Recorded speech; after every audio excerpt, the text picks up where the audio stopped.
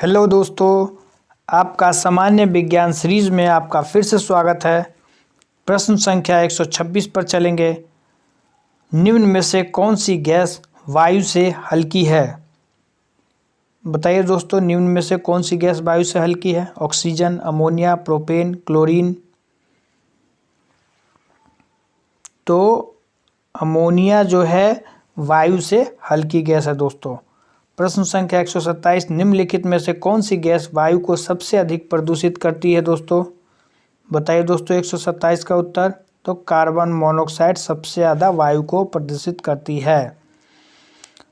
वायु को प्रदूषित दोस्तों hydrocarbon, carbon dioxide, sulphur dioxide, ये चारों ही करती है, लेकिन प्रश्न में पूछा गया है कि सबसे अधिक प्रदूषित कौन सी गैस करती है, तो वो कार्बन मोनोऑक्साइड होगा। इन चारों में सबसे ज़्यादा कौन सी गैस प्रदूषित करती है? Carbon monoxide. हम लोग चलेंगे अगले प्रश्न की ओर। लोहा प्रचुर मात्रा में किस में पाया जाता है दोस्तों?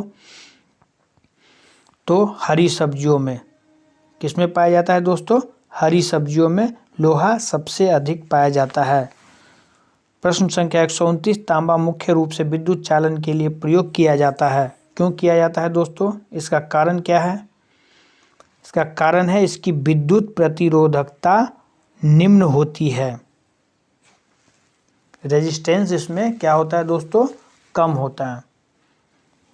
प्रश्न संख्या 130, किस खनिज में रेडियम प्राप्त किया गया था?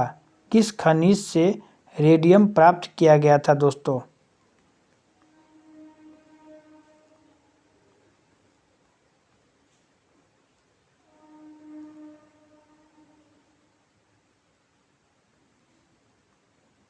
बताइए दोस्तों। चूना पत्थर, पिच ब्लेंड, हेमेटाइट और रूटाइल। तो दोस्तों इसका उत्तर हो जाएगा रूटाइल। हम लोग चलेंगे प्रश्न संख्या 131 पे। फोटोग्राफी में उपयोगी यौगिक तत्व कौन सा है? बताइए दोस्तों, फोटोग्राफी में उपयोगी यौगिक तत्व कौन सा है? तो सिल्वर ब्रोमाइड। फोटोग्राफी में हम लोग किसका इस्तेमाल करते हैं दोस्तों? सिल्वर ब्रोमाइड का। वाहनों से निकलने वाली प्रदूषित गैस मुख्यतः कौन सी है दोस्तों?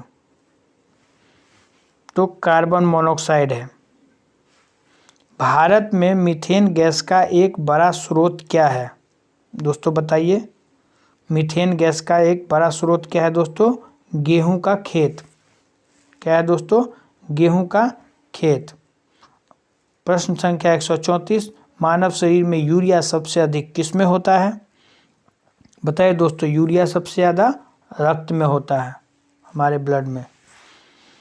कपास के रेशे पौधे के किस भाग में पाए जाते हैं? बताइए दोस्तों, कपास के रेशे पौधे के किस भाग में पाए जाते हैं दोस्तों? बीजों पर अधिचर्मी रोम। किस में पाए जाते हैं दोस्तों? अधिचर्मी रोम में। 136 नंबर क्वेश्चन, निम्न में से श्वसन मूल किस पौधे में पाई जाती है? बताइए दोस्तों। तो जूसिया में। किस पौधे में दोस्तों? जूसिया में। 137 नंबर प्रश्न, गन्ना और गेहूं किसके द्वारा परागण होता है? बताइए दोस्तों। तो ये हवा द्वारा। प्रश्न संख्या 138, वाष्पोत्सर्जन मापी यंत्र कौन सा है?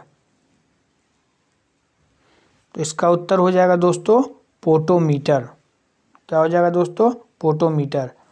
भूमि में अधिक गहराई पर बोए गए बीज प्रायः अंकुरित नहीं होते हैं दोस्तों। इसका कारण क्या है? बताइए दोस्तों, इसका क्या कारण हो सकता है? तो इन्हें वायु नहीं मिल पाती है, जो कि अंकुरित होने के लिए बहुत ही आवश्यक चीज़ है।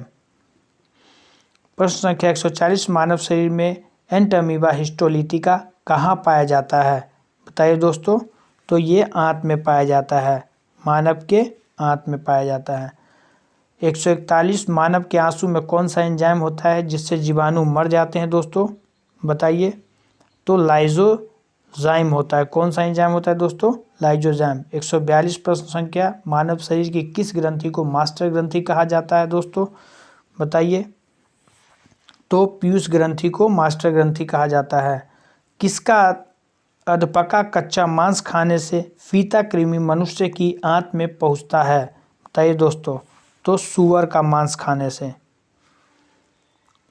स्तनपायी जीवों के हृदय में कितने चैम्बर होते हैं दोस्तों?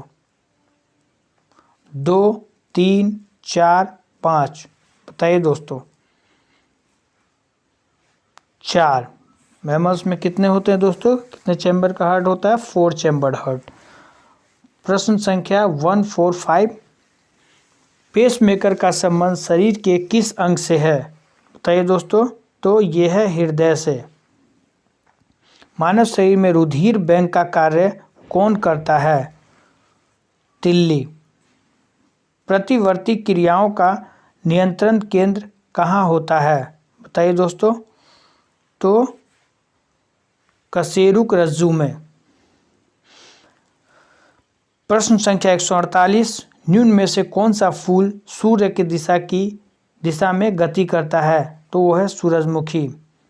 ऐसे तत्व जिनमें धातु और अधातु दोनों के गुण पाए जाते हैं वे कहलाते हैं? बताइए दोस्तों। वो उपधातु कहलाते हैं। आज का हम लोग आखिरी प्रश्न डिस्कस करेंगे जो कि है वनस्पति विज्ञान के जनक कौन है? बताइए दोस्तों। Botany, father of botany. तो ये हैं हमारे थियोफ्रास्टस साहब। कौन है? थियोफ्रास्टस साहब। धन्यवाद। हम लोग जल्द ही अगला सीरीज करेंगे, प्रश्न संख्या 151 से डिस्कस करेंगे। बहुत बहुत धन्यवाद। फिर मिलते हैं अगले सीरीज में।